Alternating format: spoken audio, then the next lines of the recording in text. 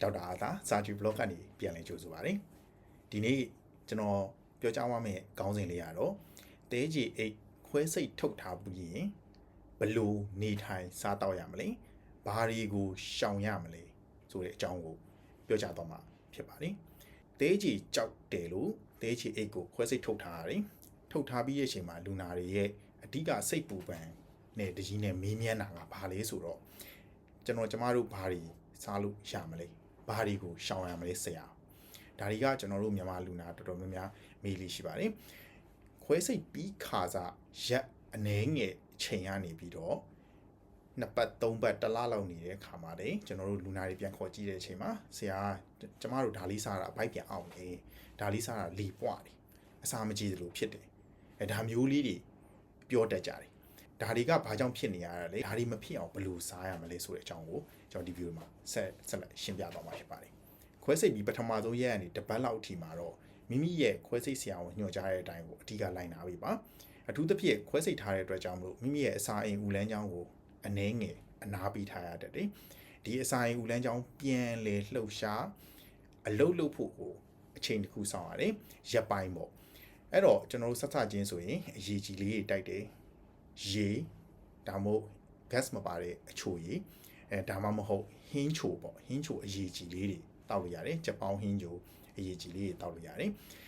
နောက်တစ်ခုကအစာပြုတ်စားရမယ်ဆိုရင်အစာကြည်လွယ်တဲ့အစားတောက်တွေကိုအဓိကစားတောက်အောင်ပါဒီဒါပေမဲ့ဘာမတည့်ဘူးလေကျွန်တော် coffee တောက်လို့မရဘူးလက်ဖက်ရည်တောက်လို့မရဘူးsoda ပါတယ်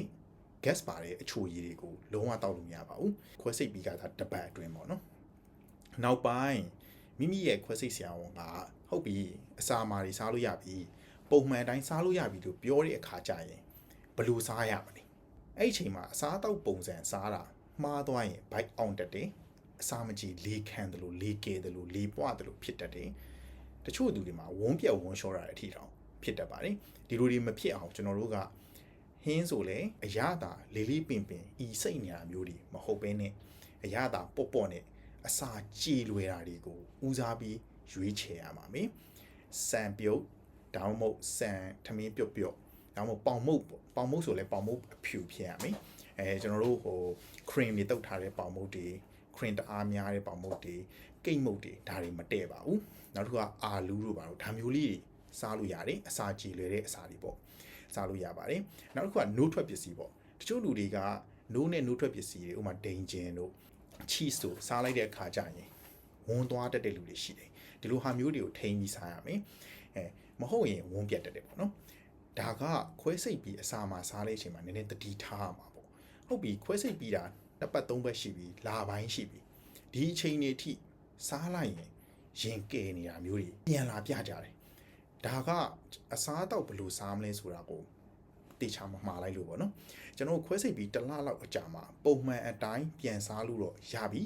ဒါပေမဲ့ကိုယ့်ရဲ့အစာချီလမ်းကြောင်းကသေးချီမရှိတဲ့အခြေအနေကိုတားကြဖို့အချိန်တစ်ခုယူရပါသေးတယ်အချို့လူတွေမှာတစ်လနှစ်လလာနေအချို့ရှာပပတစ်နှစ်လောက်ထိကိုအချိန်ယူရတတ်တယ်အဲ့လိုအသားမကြခင်မှာတော့လေပွားတာဘိုက်အောင်တာဝန်းပြက်တာဖြစ်တတ်တယ်အဲ့ဒါတွေမဖြစ်အောင်ကျွန်တော်တို့ကဘယ်လို view ဆိုင်ရမလဲဆိုတော့အစာစားတဲ့အခါကျရင်ကျွန်တော်တို့နည်းနဲ့ခဏအချိန်ကြီးများစားပေးတာပေါ့ဗျာတခါတည်းဘိုက်ကိုအင့်နေအောင်ဘိုက်ကားဝအောင်စားလိုက်တယ်အများကြီးစားတော့ buffet လိုမျိုးအများကြီးစားတယ်ဒါမျိုးတွေဆိုရင်တော့မရပါဘူးအဲ့တော့မိမိရဲ့အစားအသောက်ကိုတစ်နေ့၄ချိန်ကနေ6ချိန်လောက်ခွဲပြီးတော့နည်းနည်းချင်းစီ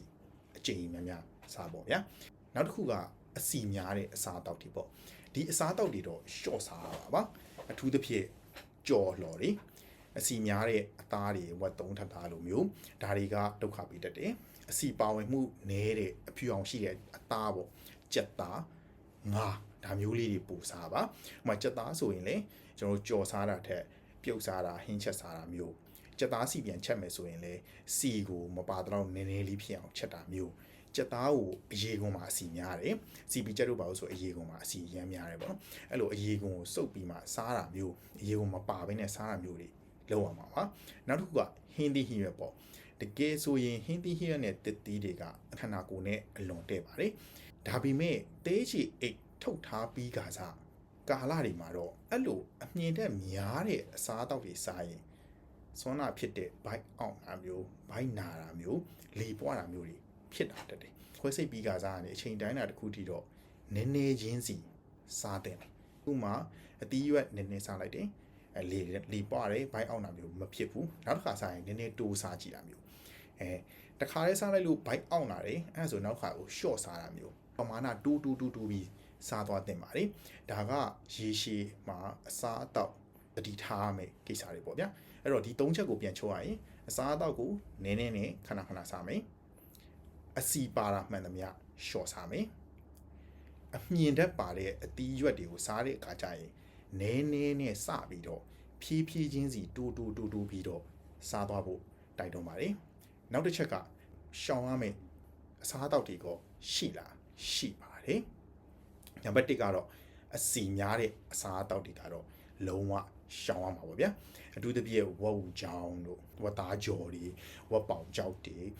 အာလူးကြော်တွေပီဇာလိုမျိုးတွေထောဘက်ပါတာတွေဒီခဲမုတ်တွေလည်းပါတာပေါ့အစိတ်များတဲ့အသားဟင်းတွေကျွန်တော်စီပြန်ချက်တဲ့စီတွေအများကြီးနဲ့ဒါမျိုးတွေ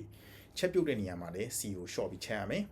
နောက်ထပ်မတည့်တဲ့အစားအသောက်တစ်ခုကကျတော့အဆက်တွေပေါ့ငရုတ်သီးပါတယ်အပူအဆက်တွေကကျွန်တော်အစာအိမ်ကိုလှုပ်ဆော်ပြီးတော့ဘိုင်းနာတတ်တယ်ငုံပြက်စေတတ်တယ်ပေါ့နော်နောက်ရှောင်ရမှာကကက်ဖိန်းနဲ့ပါတယ်ကော်ဖီလက်ဖက်ရည်ပေါ့နောက်တစ်ခုကအရက်တွေပေါ့ဒါမျိုးတွေကလုံးဝရှောင်ရမှာဖြစ်ပါတယ်ပြန်ချုပ်ရရင်ကျွန်တော်တို့ရှောင်ရမယ့်အစားအသောက်၃မျိုးရှိတယ်အစီများတဲ့အစားအသောက်တွေအဆက်စာတွေကက်ဖိန်းနဲ့ပါတယ်ကော်ဖီလက်ဖက်ရည်နဲ့အရက်ကတော့ရှောင်ရမှာပေါ့ဗျာဒါတွေကတဲချီအိတ်ထုတ်ထားပြီးတဲ့အချိန်မှာကျွန်တော်တို့ရှောင်ရမယ့်အစားအသောက်နဲ့စားရမယ့်အစားအသောက်ပုံစံအကြောင်းကိုဒီဗီဒီယိုလေးမှာရှင်းပြသွားတာဖြစ်ပါတယ်ကျွန်တော်တို့နောက်ဗီဒီယိုတွေမှာပြန်လည်ဆုံတွေ့ကြပါစို့ဗျာ